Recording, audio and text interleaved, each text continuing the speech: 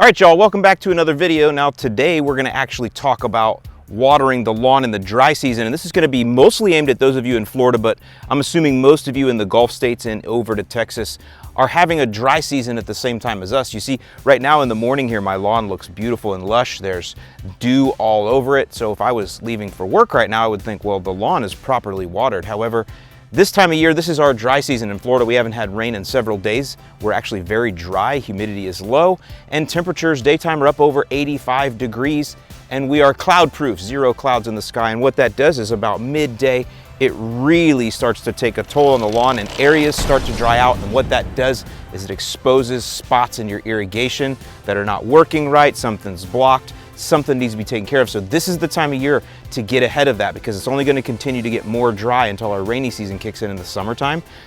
So you can see over here on this side of my lawn, these areas here that are turning this kind of steely gray brownish. You can see over here even more. They're like shadowy looking throughout the gray or throughout the green lawn. When you get a little bit closer down in there, you'll notice that the grass blades, they're like folded up, even rolled up. And what they're doing is they're conserving water. They're trying to not get as much sunlight on them to hold water because they don't have enough. So this is a sign that you got an issue going on in this spot here. Something's not right. The water isn't covering the same there, or whatever it is. Just let you know you need to do a little detective work. As opposed to over on this side of the lawn, you can see it is getting enough water, and so the grass blades are still open. But you will notice in some spots they're starting to fold up also here. So this tells me overall I probably need a little bit more water. That spot on the other side, I really need more water. This area over here might need a little bit more water too. And so that's where we need to make a few adjustments in our watering strategy. So you got to get ahead of things now and start adjusting your watering. So that's what we're going to do today. We're going to just take a look at some areas that I need to adjust my irrigation, show you how I'm doing it, and hopefully this will help you in your lawn too. Okay, so you can probably see this head right here. It's squirting the house. This is why we do this. This is not supposed to be happening. I must have hit it with my mower or something. So, I mean, these run at 4 in the morning. I don't see it. So this is one quick win right here. I need to adjust this head so it's only going out into the lawn. Okay, so that was an easy fix. I just had to adjust the pattern, really simple. Now though, I'm gonna show you some that are actually blocked, and we're gonna need to actually dig them out so they work properly. Okay, so now here's a head that is blocked by the grass itself. The grass has just grown up tall and around it, and so it's obstructing, so I need to go ahead and dig this out. And this is the problem you're gonna find with most of your heads this time of year, is that they need to be completely dug out. Let me show you how I do that. All right, now what I wanna do is go ahead and dig it out. And the first thing I'm gonna use here is this. I call it a donut tool, and I'll show you why it's called a donut tool in a second, but this is gonna dig out the irrigation head fairly well for us.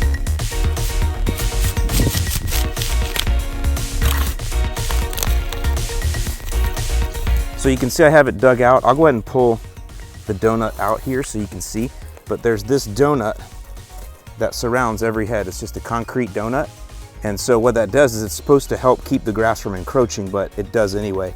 So that's why this tool is perfect, see, because this tool fits right around the donut right there. And so that's how you can dig it out. Now there might be a time when this is too low and we need to raise the head. I have videos that I've done that'll show you how to raise the head. This one is probably close to being needed to be raised, but not quite yet. So I've got it dug out here. Now I'm gonna go ahead and I'm gonna edge out around here just to free it up a little bit more.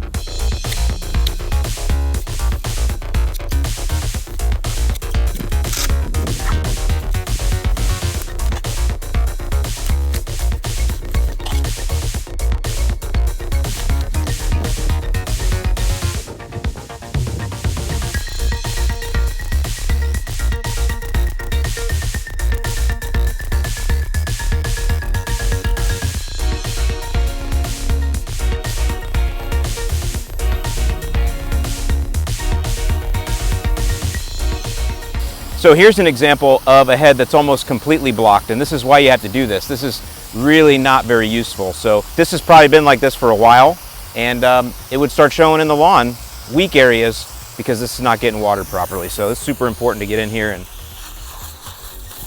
get this cleared out.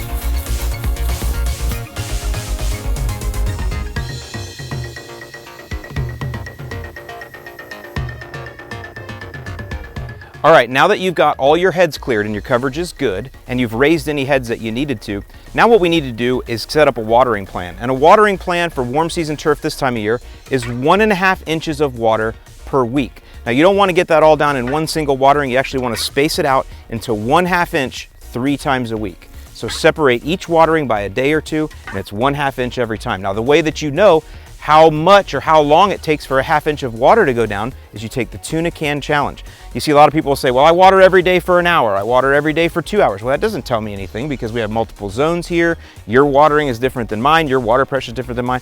So what you have to do is understand how long it takes to put down a 1/2 inch of water, and you do that by throwing these tuna cans out in the yard and letting them go, and when you get a 1/2 inch of water in there, you know that's how long it takes each zone to produce that 1/2 inch.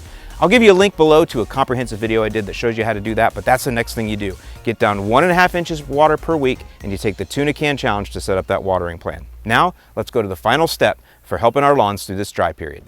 Okay, the last thing we're gonna do is we're gonna apply Hydretain. Hydretain is gonna basically help the watering that you do go further, or if you have to go on vacation, it'll help you if you miss watering, stuff like that. It basically takes all the available water and brings it right to the root zone. But it's very important that it gets watered in. And so really what you want to do is you want to put down just water only first. Now I happen to have a whole lot of dew on the ground here because it's still morning, so that's perfect. But if you don't have dew on the ground, turn it to the water only setting first and give your grass just a quick once over and get it nice and wet. The reason is we don't want this product to dry on the leaves at all. We want this in the soil. And so it helps if the grass is already a little bit wet. Like I said, I have dew here, so that's going to count for that. So got water on it first. Now I'm going to go ahead and turn on the Hydretain, and we're just going to get it down. Now this court can cover up to 5,000 square feet, and you know, just kind of get it in there, just like any other application you do. This isn't going to burn anything. This isn't going to change the color of the lawn. This is a moisture manager, and we just want to get this down, and then immediately upon getting it down, we're going to water it in. We do not want this to dry on the leaves of the grass. We need this one in the soil. And this application will last a good 3 months. What happens is a lot of y'all come from up north and you're used to your cool season lawn checking out in the summer, and so you use Hydretain all summer. But here in Florida, our rainy season is summer, and right now is the dry season, as I mentioned. And so this is really the time when we need Hydretain here in Florida. And again, I'm assuming it's very similar on the Gulf Coast of Texas, Louisiana, Alabama, Mississippi. Hope I didn't miss any Gulf states. So that's it. Get that Hydretain down real nice. All right, I got this 2,500 square foot section done. You see I have some left because I'm going to go put the rest on there. But I'm going to go to the water only setting now, and I'm going to go back and just get a nice light watering of it in. And then I'm going to turn my irrigation on right after that, especially because all my heads are all nice and clear right now. I'm going to go ahead and do the best I can on water only just to get this watered in, get it started. It's expensive product, so you want to make sure you do this right. Take the extra time to do all this extra little bit of watering. Doesn't take that much time, but it's really important.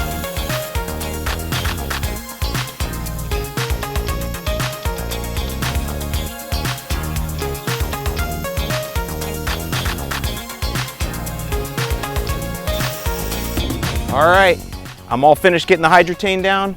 Now I'm gonna go ahead and turn on my irrigation and get it watered in. And that's kind of it. Now you just got to kind of watch. How does your lawn come out as you have fixed this? Do you have dry spots? Do you have brown areas that are checking out? If you do, chances are you might have another sprinkler head blocked. Or if you check and it's not that, then you can rule out watering as a problem if you see a brown spot and start doing a little more detective work down the road. But getting the watering plan set in stone first, getting everything going, is the first step during this dry season. So if you have any questions, leave those in the comments below. As always, thank you so much for watching. I'm Alan Hain, the Lawn Care Nut, and I'll see you in the lawn.